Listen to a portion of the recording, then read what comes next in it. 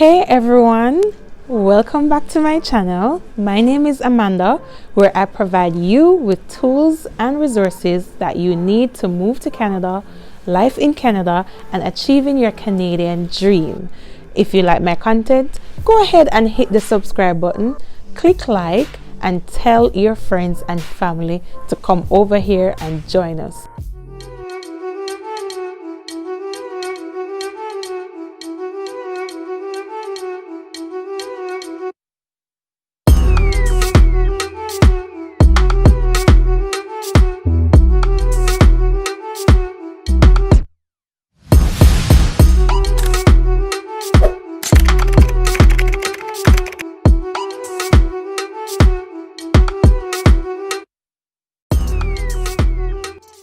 Alright, so in today's video guys, as you can see, I'm outside. For you guys, it's flooring, some little small snow, and I'm cold, I'm freezing cold.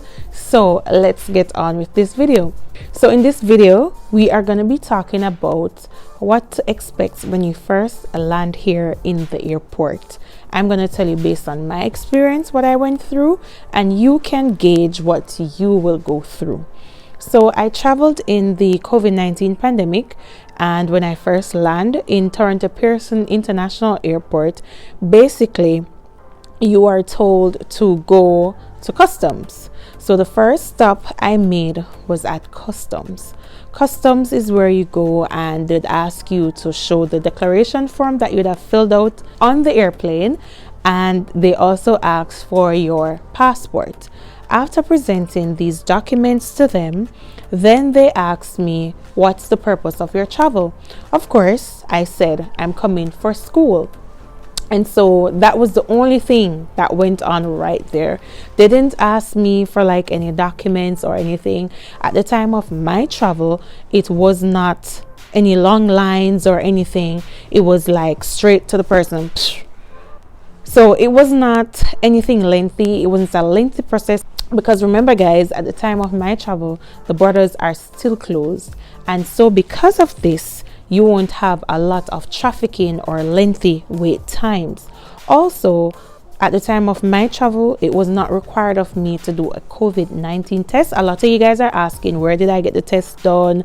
It was not a requirement of me to do a COVID-19 test, but now it is a requirement to do a COVID-19 test 72 hours prior before your departure for Canada. So after this, I was told to go to the Immigration Border Services, where basically this is where I met up in a long line. I kid you not, the process took me about 2 hours to get through from there because of the long line that we came across, one, and two, they had to ask each person's questions so to better able to understand their purpose of their visit, if it is deemed essential, and if they can let them in.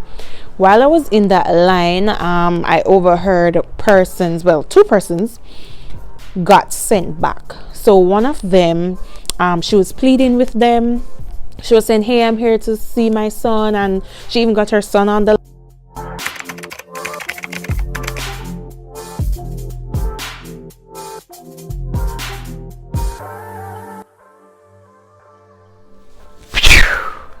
yeah, we're inside. We are inside. So before I continue to tell you what happened at the airport, why am I inside? So basically, outside was chilly, minus degrees and everything, but the phone died.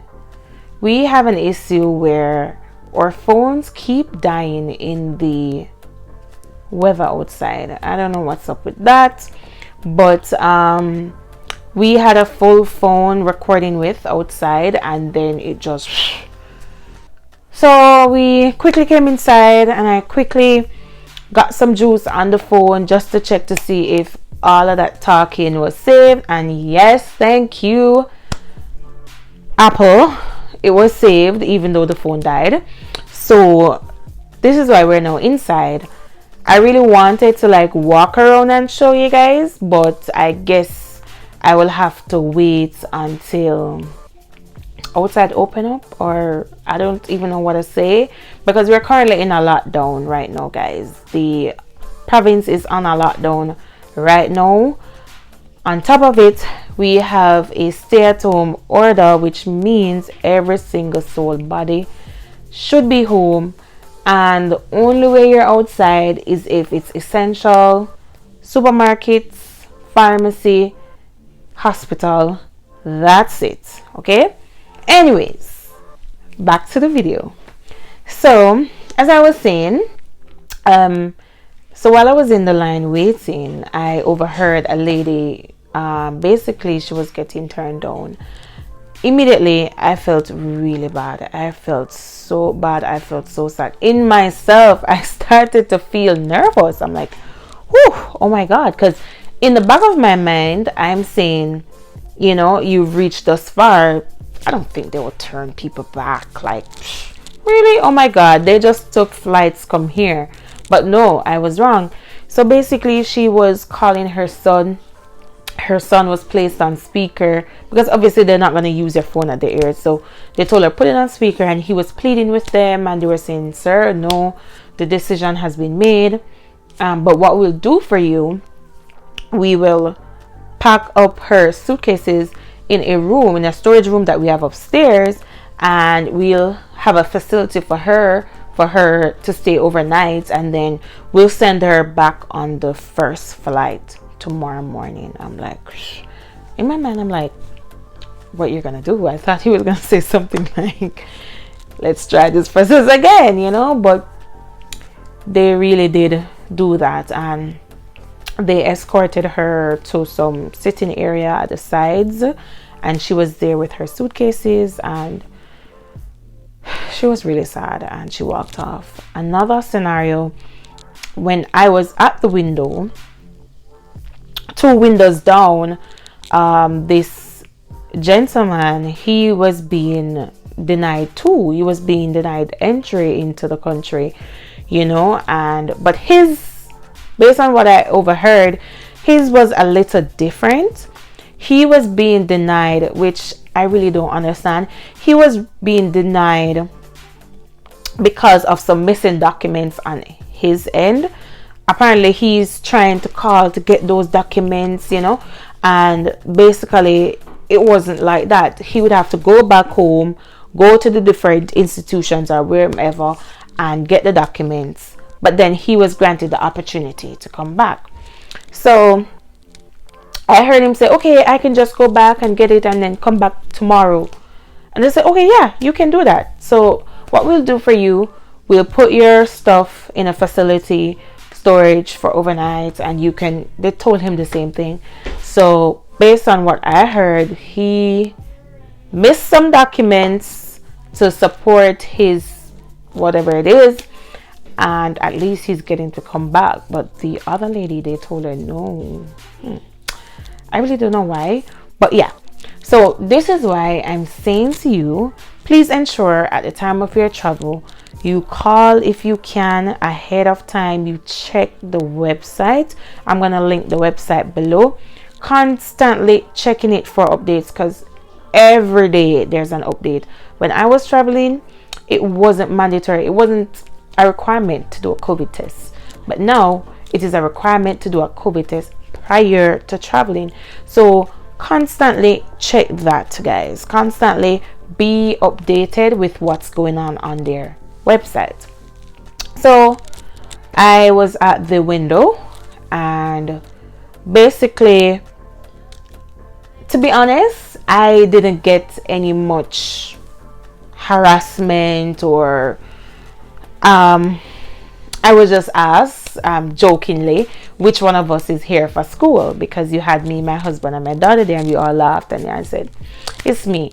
And then I was asked to hand them my introduction letter, my school's acceptance letter, and that's what I did. I handed those, oh, and passports, and I handed all 3 passports. Then they said to me that they realized on the passports the different last names. So obviously you have to have documents to support your claim, and so naturally I would have shown then a birth paper and a marriage certificate. And that's when they said, oh, so you're married, so that explains this. And oh, your daughter, that explains this. And from then, we were there talking. Guys, these immigration officers were really nice. Like, we were there talking, so he was asking, is this your first time? To my husband, because he realized in his passport he didn't see previous travel, and he's like, yes. And he's like, oh buddy, you're in for some time, like it's cold, it's this, it's that. Right away I'm like, homegirl getting through. And then he said to me, he's gonna print the stuffs for me. Of course, he printed, because it's right then and there that they do your documents for you. So he printed the study permit, and because my program comes with a co-op or internship, paid internship, he printed also my work permit right then and there. Also, he told me that, hey, no, he asked my husband his purpose of travel, and my husband told him, and he said, naturally, he looked at me and said, naturally, I'm going to give the daughter a visitor's record, and I'm going to give your husband too. And I'm like, oh, thank you, Jesus. So basically, a visitor's record is if it is that you're traveling with your family, your immediate family, meaning your husband, your wife, your boyfriend, your girlfriend, your daughter, your son, they are eligible to get a visitor's record, which is the duration of which your study permit is. A visitor's record allows them to stay past 6 months. So, you know, normally on a visitor's visa, you can only stay 6 months and that's it. They can stay past 6 months and still have a valid status in the country on their visitor's record. Now, with that visitor's record, my daughter will be able to go to school. So that's exactly how it comes into play, because the schools here want to know that they have a status or a valid status, which means that they can stay in the country for more than 6 months, and so they would need to see that to enroll her in school. So basically, that's it. That's what I encountered at the airport, at the customs. So after I got those documents, he told us, you know, welcome to Canada, hope you enjoy it here, all the best in school. And you know, he wrapped up and gave me his best wishes. Before I move on to what happened after that, I want to say a friend of mine came recently too. So I asked her prior to this what was required of her when she was, you know, coming in. Her experience was a little bit different, but basically the documents that she had to present to the officer at the time, which she's going to school here as well, she presented her acceptance letters. And I say letters because she had to defer, I think one time she ended up having had 2 acceptance letters, and she had to show that, both of them. She also had to show her bank statement. She showed also her quarantine plan. Well, not really the plan, but she was asked quarantine questions like where will you be staying and that type of thing. She was also asked to be shown any proof or receipt that she's enrolled or something like that, and she showed them that she paid for the first semester tuition as well. So it all depends on the immigration officer that you see at the time. They may ask for documents. You can't go wrong with an extra piece of paper in your file jacket. So I implore you, to those who are traveling at the end of this month, to those who reach out to me and is traveling in March, to those who are traveling in April, to those who are traveling for this fall, you know yourselves, you reached out to me. Please, I implore you, ensure you have all your documents. Documents would include your introduction letter, your acceptance letters if you had deferred. You would also need to have, if it is that you'd have paid your semester's fee already, just do a printout from that and have that with you. If you would have had your timetable, just print out that as well. It wouldn't hurt, you understand? And definitely walk with your bank statements. They did not ask me for mine at the airport in Canada, but they sure did ask me in Jamaica. So walk with your bank statements. Do not leave it behind. All right. After I left from the border services, it was home time. So we were escorted to where we should go for our baggage. So at this point, guys, you don't have your baggage yet, you don't get a baggage. So when the lady, when they told her to sit, remember that waiting room I was telling you about, right? That's when her baggages came to greet her, for her to just identify, say yeah, da da da da.